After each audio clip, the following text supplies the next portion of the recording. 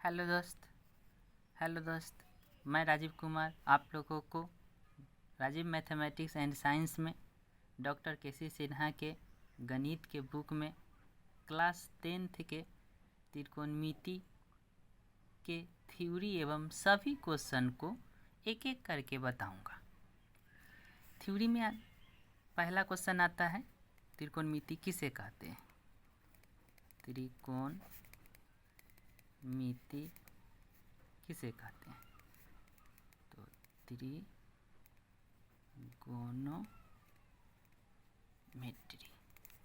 इसका परिभाषा होगा गणित विज्ञान की वह शाखा जिसके अंतर्गत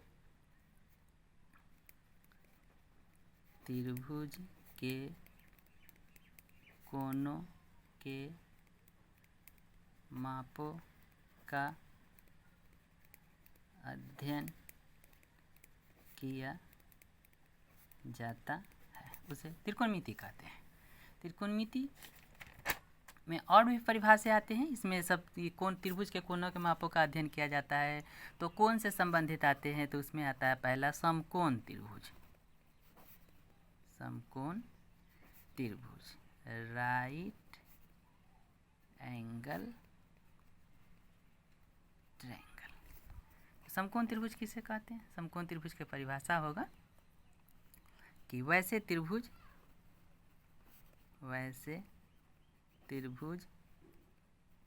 जिसका एक कोण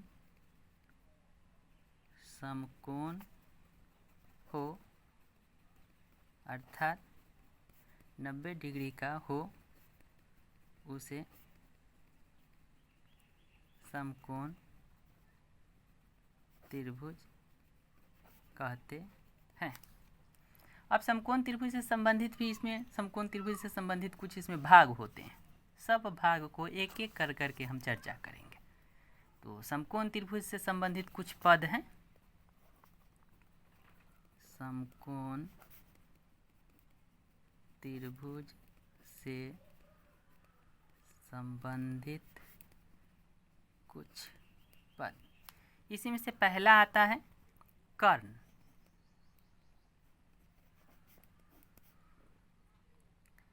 कर्ण, हाइपोटेनस। कर्ण किसको कहते हैं? तो कर्ण के परिभाषा समकोण त्रिभुज के सम्मुख भुजा को कर्ण कहते हैं। समकोण त्रिभुज के सम्मुख भुजा को कर्ण कहते हैं। फिर इसी में से दूसरा आता है लंब।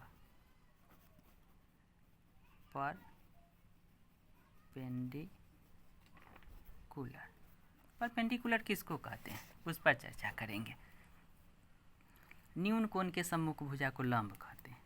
न्यून कोण के सम्मुख भुजा को लंब कहते हैं। फिर तीसरा में आता है इसमें आधार। बेस किसको कहते हैं? बेस पर चर्चा करेंगे। लंब जिस भुजा के साथ समकोण बनाती है, उसे आधार कहते हैं। 3 परिभाषा हो गए। तीनों परिभाषा के बारे में हमने बताया। फिर उसमें इसके संबंध भी है, उसको बता से संबंध है। पहले इसको एक त्रिभुज बनाएंगे। समकोण त्रिभुज है। समकोण त्रिभुज में 90 डिग्री का ये है। इसको ए मानेंगे, इसको बी मानेंगे, इसको सी मानेंगे। इसको कर्ण कहते हैं। कर्ण को छोटा एच से सूचित किया जाता है। इसको लंब कहते हैं। लंब को परपेंडिकुलर पी से सूचित किया जाता है। इसका नाम आधार है। आधार को बी से सूचित किया जाता है। इसमें संबंध हम दिखाते हैं। एच बराबर यानी कि कर्ण बराबर रूट अंडर पी स्क्वायर जोड़ बी स्क्वायर, इसमें और होते हैं। पी बराबर निकालेंगे तो एच स्क्वायर माइनस हो जाएगा आपको बी स्क्वायर, और बी बराबर भी फार्मूला होगा H square minus B square. ये तीन संबंध है, ये तीनों संबंध से कि त्रिभुज के जो भुजा नहीं ज्ञात होंगे उसको हम निकालेंगे। इसके बाद है त्रिकोणमिति में कुछ भाग होते हैं, फंक्शन होते हैं, त्रिकोणमिति फंक्शन। त्रिकोणमिति फंक्शन के बारे में हम पढ़ेंगे। पहले में आता है साइन, SIN। साइन की हिंदी में जया कहते हैं। जया को परिभाषित करेंगे कि जया किसको कहते हैं, तो लंब और कर्ण के अनुपात को जया कहते हैं। लंब एवं कर्ण के अनुपात को साइन कहते हैं। तो इससे फार्मूला भी एक निकाल जाएंगे, साइन थीटा बराबर P/H। फिर इसी में दूसरा आएगा को साइन, को जया, को जया को कहेंगे। आधार एवं कर्ण के अनुपात को कॉस कहते हैं। कॉस चाहे इसको को जया भी कह सकते हैं, कॉस कहते हैं। कॉस थीटा बराबर भी इसमें भी एक फार्मूला हो जाएगा B/H।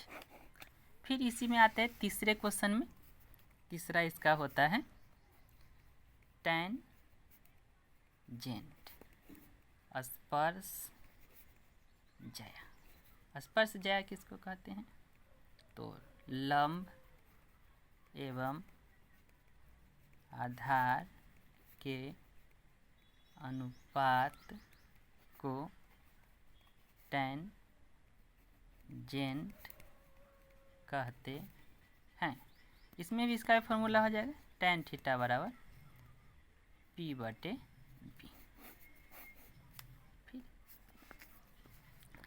इसी तीन को बताए हैं, साइन, कोसाइन और टैजेंट। तीनों के उल्टा भी होते हैं, जैसे tan के होता है कॉटजेंट, न्यूको स्पर्श जया।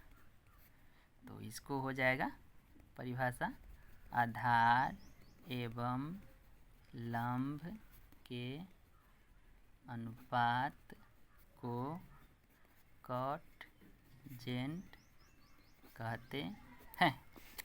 कॉट बराबर फार्मूला भी हो जाएगा B/P। इसके बाद 5 नंबर में आते हैं सेकंड, न्यूको को जया। तो इसका परिभाषा होगा कर्ण एवं आधार के अनुपात को सेकंड कहते हैं। इसमें सेक थीटा बराबर हो जाएगा H/B।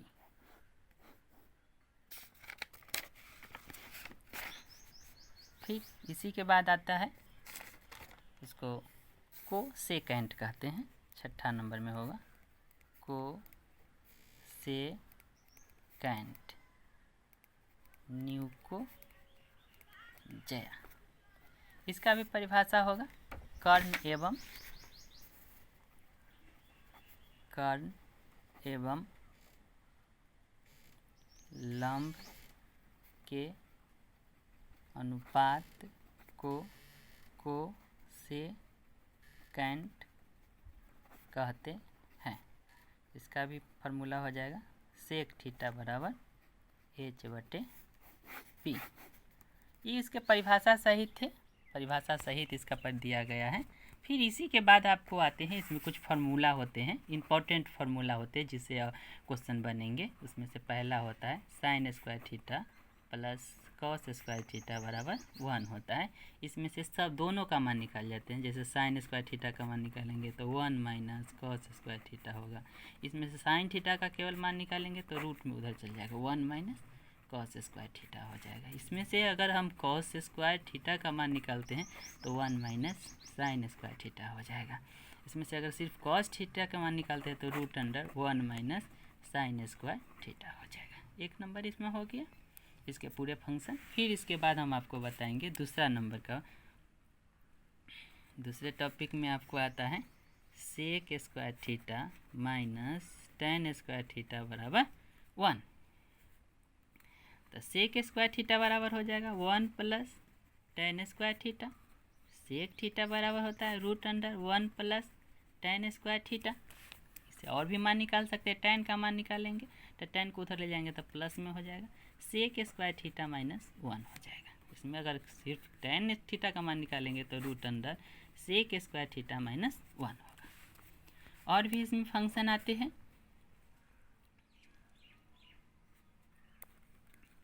Cosec square theta minus cot square theta बराबर 1। इसमें भी कॉसेक स्क्वायर थीटा बराबर 1 plus cot square theta. Cosec का सिर्फ मान निकालेंगे तो root under 1 plus cot square theta. और भी कॉट को अगर उधर ले जाएंगे तो कॉट स्क्वायर थीटा बराबर कॉसेक स्क्वायर थीटा माइनस 1। सिर्फ कॉट का मान निकालेंगे तो root under cosec square theta minus 1। और भी इसमें फंक्शन आते हैं, उसको भी हम बताते हैं। इसमें आता है sine theta into cosec theta बराबर 1। इसमें से केवल साइन का मान निकालेंगे तो 1 बटे क्या हो जाएगा, कॉसेक थीटा। अगर कॉसेक थीटा का सिर्फ मान निकालेंगे, कॉसेक थीटा का मान निकालेंगे तो 1 बटे हो जाएगा साइन थीटा। और भी इसके फंक्शन है cos theta into sec theta बराबर 1। कॉस थीटा का मान निकालेंगे तो 1 बटे कितना हो जाएगा, सेक थीटा। सिर्फ अगर सेक थीटा का मान निकालते हैं तो 1 बटे कॉस थीटा हो जाएगा। और भी इसके फंक्शन होंगे tan theta into cot theta बराबर 1। सिर्फ अगर टैन का मान निकालेंगे तो 1 बटे कॉट थीटा हो जाएगा। कॉट थीटा का मान निकालेंगे तो 1 बटे टैन थीटा होगा। एक और फार्मूला आता है, उसको भी देखते हैं। टैन थीटा बराबर होता है साइन थीटा बटे कितना, कॉस थीटा। कॉट थीटा का भी एक मान होता है कॉस थीटा बटे साइन थीटा। ये आपको त्रिकोणमिति चैप्टर है डॉक्टर के.सी. सिन्हा का, उसके 8.1 के सभी थ्योरी हैं। इसी थ्योरी से आपको सारे 8.1 चैप्टर पूरे बन जाएंगे, जिसको मैं आगे अगले वीडियो में आपको एक एक क्वेश्चन करके मैं पूरे का पूरा बताऊंगा।